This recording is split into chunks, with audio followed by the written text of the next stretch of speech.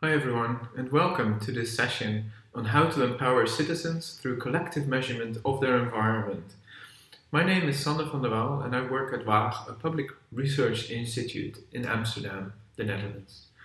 We developed a roadmap for the digital future for the Dutch Parliament, and we will take you through this model and explain how we adapt it onto a project that we're running specifically with citizen science and smart citizens.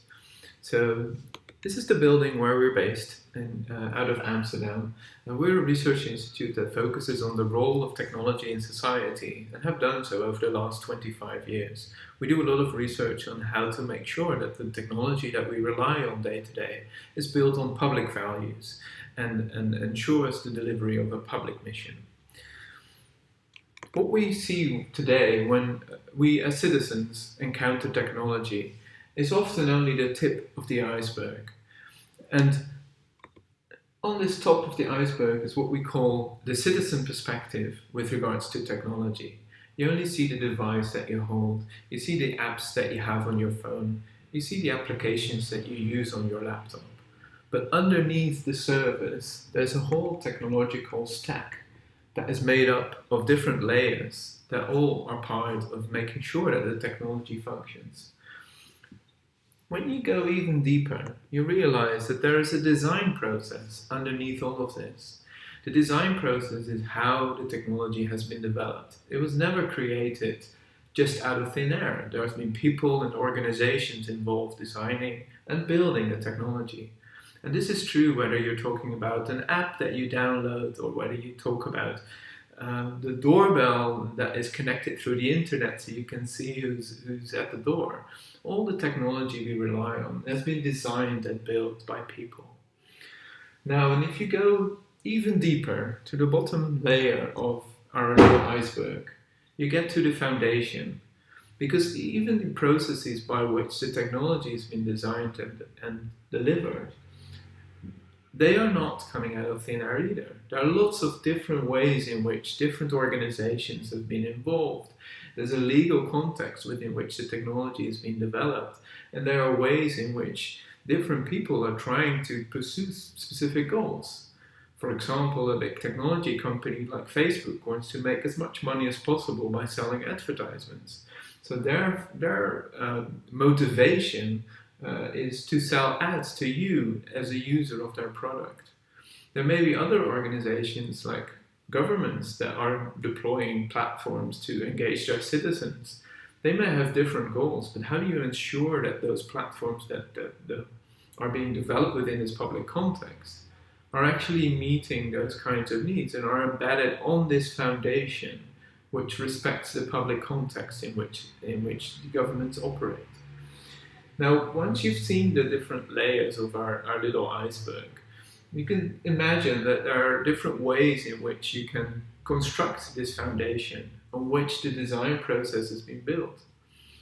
And what we'll do in this presentation is to go through these layers and build the iceberg up on a foundation in line with public values. And this is what we call the public stack. But before we do that, we want to do it by using a very specific example. And this is where the smart citizens come into play. Because there's a project that we run at Waal which looks at air quality and air quality monitoring. And we're doing this as part of our work around the smart city, where we say it's not about the city being smart, it's about the citizens being smart. So my colleagues at the Smart Citizens Lab are building sensors and working with citizens to help them measure their own environment, thereby gaining knowledge and increasing their sense of control of their environment. You can see some examples here around air, noise pollution, and water quality, which are 3 projects in which we deploy these types of sensors. And the one I'm specifically focusing on with you today is the one called Hollandse luchten, which is the Dutch term for Dutch skies. And it's a citizens platform to measure the air quality within the region around Amsterdam, where there's a lot of air pollution from a steel factory, for example, and citizens are concerned about that level of air pollution. So what we did with them is to help develop a sensor kit. And the sensor kit contains different sensors which are all sort of easily constructed into one. And indeed, the citizens themselves can be part of that process and help construct the sensor kit themselves. So thereby, they will be able to measure the air quality. So there's NO2 in there's different other factors of air quality that are being measured.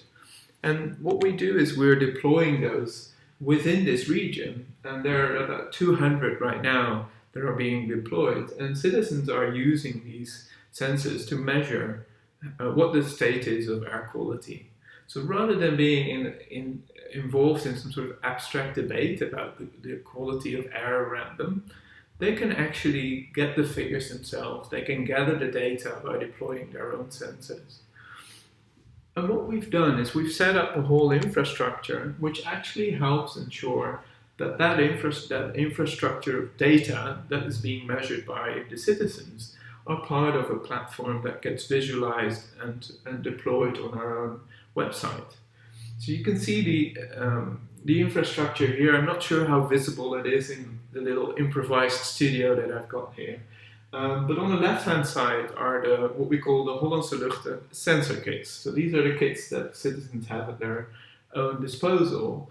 And they use LoRa and LoRa gateways to transfer the data onto the servers. And then we have a little process whereby experts are analyzing and calibrating the data, because there is a lot of interesting sort of factors at play here. Let's unpack that a bit more, because there is a whole debate in the Netherlands, and probably in other countries as much so, about who gets to decide what the level of air quality is. Is it the experts who measure everything and know everything? Or is that something that you as a citizen can do yourself? We believe a combination of factors might actually be quite good. So the citizens measure the data themselves, and the experts from an organization called RIVM, which is a government liaised organization, is calibrating the data and looking at it with their expert eye to ensure that the level of quality is high enough. And what happens then when you bring it all together is you get a picture collated out of these individual measurements that give you an accurate representation of what the level of air quality is. And what this does is, apart from creating nice visualizations and getting a shared picture of the situation, that shared picture also means that citizens are involved in the whole debate around the level of air quality and are able to understand better what is actually going on. So we're currently at a phase where only a few hundred sensors are being deployed, but we're looking into the next phase right now, and questions arise about the way in which control over this data should be managed. Is it the RIVM, the organization, the funders of this project, that include the province of North Holland? Are they the ones that should own the data that gets gathered here? There are some fundamental questions around this, and we take inspiration from developments such as the data commons, which is a way of showing and dealing with collective ownership of a group of people, and similar concepts as data trusts are being investigated. And I think these are interesting developments that might make democratize, if you will, the way in which data from all these individual sensors gets managed. So that's a lot of information. Let's go back to our little iceberg and let's look at this foundation. Because as I said, the technology is not just there, it gets designed and built by people, and the build and design process is fundamentally decided through what we identified as 4 layers of the foundation. And what we want to ensure, based on our public mission, is to ensure that foundation is make sure that the technology stack is inclusive, it's safe, and it's just. Now, what are these 4 layers that I'm talking about? The first one are the starting points and assumptions. So what is the problem that the initiative is intending to solve? When will the problem be solved? Who defines success? And who determines the method by which the problem is resolved? Now, the way we do this in our air quality measurement project is to make sure that we try and get everyone around the table. So the government is involved, the citizens are involved, the experts are involved, and indeed the people from the steel factory who provide some of the pollution in the air is involved in the process as well. And this is an interesting way in which we can create new collaborations, which are more inclusive. And we make clear what we're trying to do in the end as well. I think that's another important point in this foundational layer for the technology. The second one deals with fundamental rights and values. So how does the initiative safeguard fundamental rights, and how is society represented, and how does shared public values resonate in this initiative? And we try and stay focused on the principles that are also the principles for Waal, which is open, fair, and inclusive. So we use open technology, we publish the data openly, and we try and include a diverse representation of citizens in the whole process. Of course, there's the question about the legal framework, and GDPR is respected and all of those aspects. But one of the public values here at stake is also the freedom for individual citizens and the sovereignty of themselves to gain more ownership over their own environment through these air quality measurements. The third layer here is governance and supervision.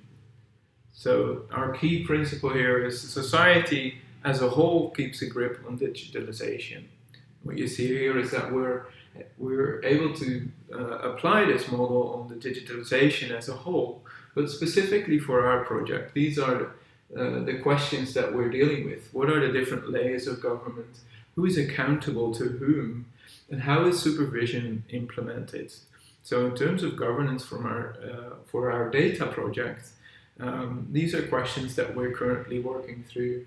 How are we setting up a data commons type approach whereby citizens gain and keep control over the data that they gather through their own sensors, while at the same time also ensuring that there's a societal benefit by having those aggregate data shared more widely and help influence the policy. And indeed, the questions around the future of the steel factory in this area could be bigger sort of questions that come out of this if we design these processes right. Final point are socio-economic considerations. These questions deal with, for example, what's the financial model? How are risk and profits shared within the society? Is it just the costs that are being put on society, or are the benefits societal as well? And what is the impact in the environment of the technology that we're deploying? So if you think about that within the context of our air quality monitors, what we're looking at is a model whereby these sensor kits at the moment are all financed through our provincial government. And we're asking ourselves questions right now. Is that the sustainable model for the future? What is the relationship between the government and the citizens in this respect? And we're exploring a way in which maybe a different model could make sense, whereby citizens, for example, finance part of their own sensor kits, or maybe use a crowdfunding methodology.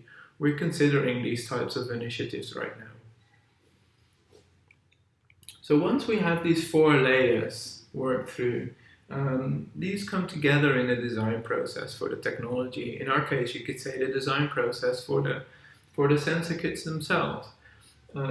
It says that all stakeholders should be involved, and it's clear to what end we're optimizing.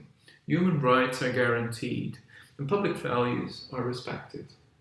Society as a whole keeps a grip on the digitalization, and the financial economic model takes man and planet into account.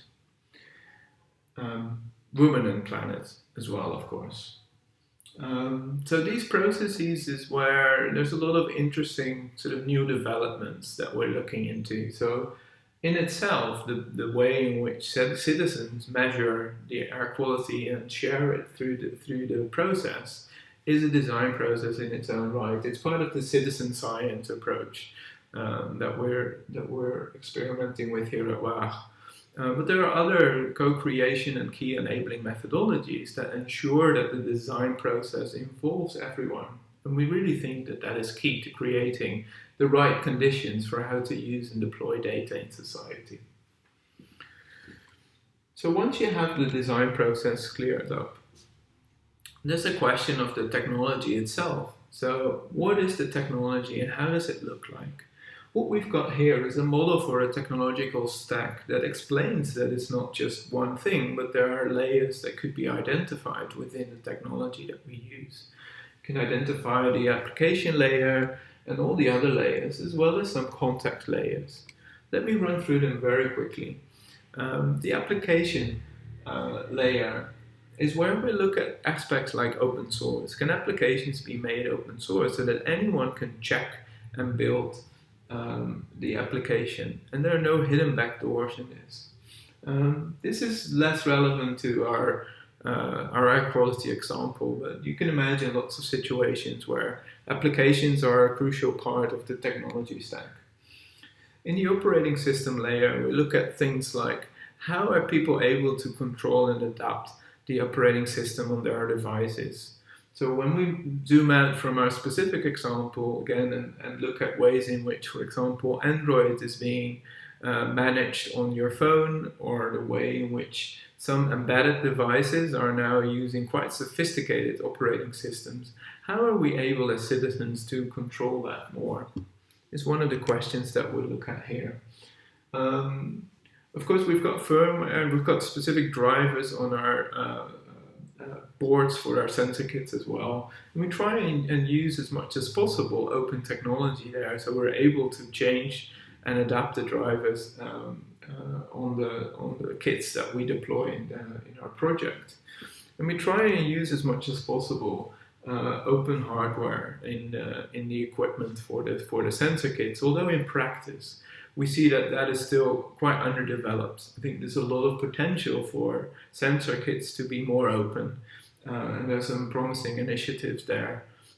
Often we rely on and this is unfortunate, but there could be a trade-off between the quality of the sensor and the model by which the sensor kits get developed. So some of the models that are more open do not have the same quality level as some of the sensors that are closed. And I think that's something that we really would like to address as well. Finally, there's a whole piece of infrastructure underneath everything that we do. So in our example, you saw the LoRa gateways, the ways in which the sensor kits transmit the data to the servers and how it gets calibrated and then transferred to another server, to the website. This is all the infrastructure that's lying underneath. And this is the piece that is often the least visible to people. And it's difficult sometimes to see exactly what's going on that level. But it makes it even more important when we rely on this technology as a society, that we understand how the infrastructure has been built up. So finally, in this model, there are a couple of what we call contextual layers. There are layers that are relate to the technology that are relevant on all different layers of the technology. So the first is data and algorithms. People should be able to have control over their own data and the algorithms that gets developed on top of that data.